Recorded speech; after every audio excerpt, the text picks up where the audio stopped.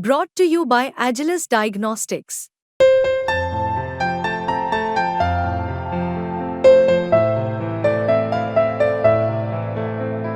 Agilus Diagnostics. Sir, ISI और चीन का हाथ बताया जा रहा है बांग्लादेश में जो इतना प्रोटेस्ट हुआ है। सब इस समय जो बांग्लादेश में हुआ है ये हिंदुस्तान के लिए वर्स्ट केस सिनेरियो है। हिंदुस्तान साफ तौर पे बैकफुट पर है और जो फोर्सेस है बांग्लादेश के अंदर जो हिंदुस्तान के खिलाफ है, जैसे कि आईएसआई है, बांग्लादेश के अंदर कई टेररिस्ट ऑर्गेनाइजेशन है, वो चीन और वेस्टर्न वर्ल्ड उनकी बड़ी पैमाने पर जीत हुई है। हमको बहुत बड़े पैमाने पर नॉर्थ ईस्टर्न स्टेट्स की सिक्योरिटी को बढ़ाना पड़ेगा। हमारे जो डायस्पोरा हैं बांग्लादेश में उनकी सिक्योरिटी की चिंता भी बड़ी बढ़ गई है। वहाँ कम से कम 10% पॉपुलेशन जो है हिंदू है, उनके टेम्पल जलाए जा रहे हैं, उनकी प्रॉपर्टी लूटी जा रही है, उनके ऊपर भी घात लगा के हमले किए जा रहे हैं। ऐसे में बहुत ज़बरदस्त हमारे लिए चिंता का विषय है। फिर नॉर्थ ईस्ट में इंसर्जेंसी सब स्टेट्स में तकरीबन खत्म हुई। वो उसकी मुख्य वजह थी कि शेख हसीना ने इंसर्जेंट्स को कोई सेफ सेंचुरी बांग्लादेश में नहीं दी।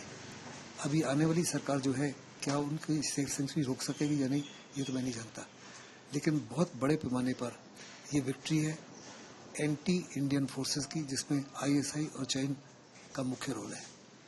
सर, भारत को किस लिहाज से आगे अपने कदम बढ़ाने चाहिए जो बांग्लादेश की अभी वर्तमान सिचुएशन है? सबसे पहले तो हिंदुस्तान के पास कोई प्रेजेंटली कोई ऑप्शन ही नहीं है other than wait and watch. दूसरा, जब भी वहाँ इंटरिम सरकार होती है, Hindustan has to reach out very strongly to that सरकार। अपने कंसर्न्स उनके साथ शेयर किया जाए, उनसे कहा जाए कि वो हिंदुस्तानियों की वहाँ जो प्रॉपर्टी है, जो हिंदुस्तानी डायस्पोरा है, उसको हर प्रकार से सिक्योर करें और आश्वासन दे हर प्रकार का support to the interim government, बिल्कुल उसी माफिक जिस माफिक हमने श्रीलंका को सपोर्ट दिया था जब उनके सबसे कठिन समय था। हिंदुस्तान को इसके अलावा फॉर द टाइम बिंग और कोई ऑप्शन नहीं है। जहाँ तक शेख हसीना का ताल्लुक है, बड़ा अच्छा किया कि हमने उसको टेम्परेरी असाइलम दिया, क्योंकि अगर उसको ज़्यादा लंबी देर तक हिंदुस्तान में रखते तो बांग्लादेश के लोग जो हैं वो हिंदुस्तान के खिलाफ हो जाते, ये कहकर कि हिंदुस्तान अभी भी उनके इंटरनल अफेयर्स में दखल अंदाजी करने की कोशिश कर रहा है। अगर वो लंदन जाती है तो इससे बेहतर हिंदुस्तान के लिए और कुछ नहीं होगा। आईएसआई का जो हाथ आ रहा है कि एक वहाँ डीपी बदल करके जो पाकिस्तानी सेना का है वो प्रोटेस्ट को बढ़ावा वो लोग दे रहे हैं, इसमें किसी प्रकार का कोई शक नहीं। इनिशियल एडवांटेज जो है वो आईएसआई का है, जिहादी एलिमेंट्स का है, बीएनपी का है और चाइनीज का है। लेकिन वहाँ के जो सरकार बनने जा रही है, खास करके जो मिलिट्री रूलर टेक ओवर कर रहे हैं फॉर द टाइम बिंग, उनके हिंदुस्तान के साथ अच्छे दोस्ताना रिश्ते हैं। जैसे हमारे अच्छे रिश्ते लाते थे शेख हसीना के साथ में, उसी माफिक हिंदुस्तान की आर्म्ड फोर्सेस के बहुत ही अच्छे और दृढ़ संबंध है बांग्लादेश के आर्म्ड फोर्सेस के।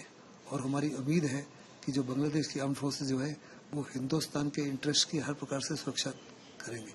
लेकिन इनिशियली वहाँ का जो अवाम है हिंदुस्तान के खिलाफ है, क्योंकि हिंदुस्तान ने पिछले 14-15 साल में ब्लाइंड सपोर्ट दिया शेख हसीना को, ये जानते हुए कि वो डेमोक्रेसी को मर्डर कर रहे थे।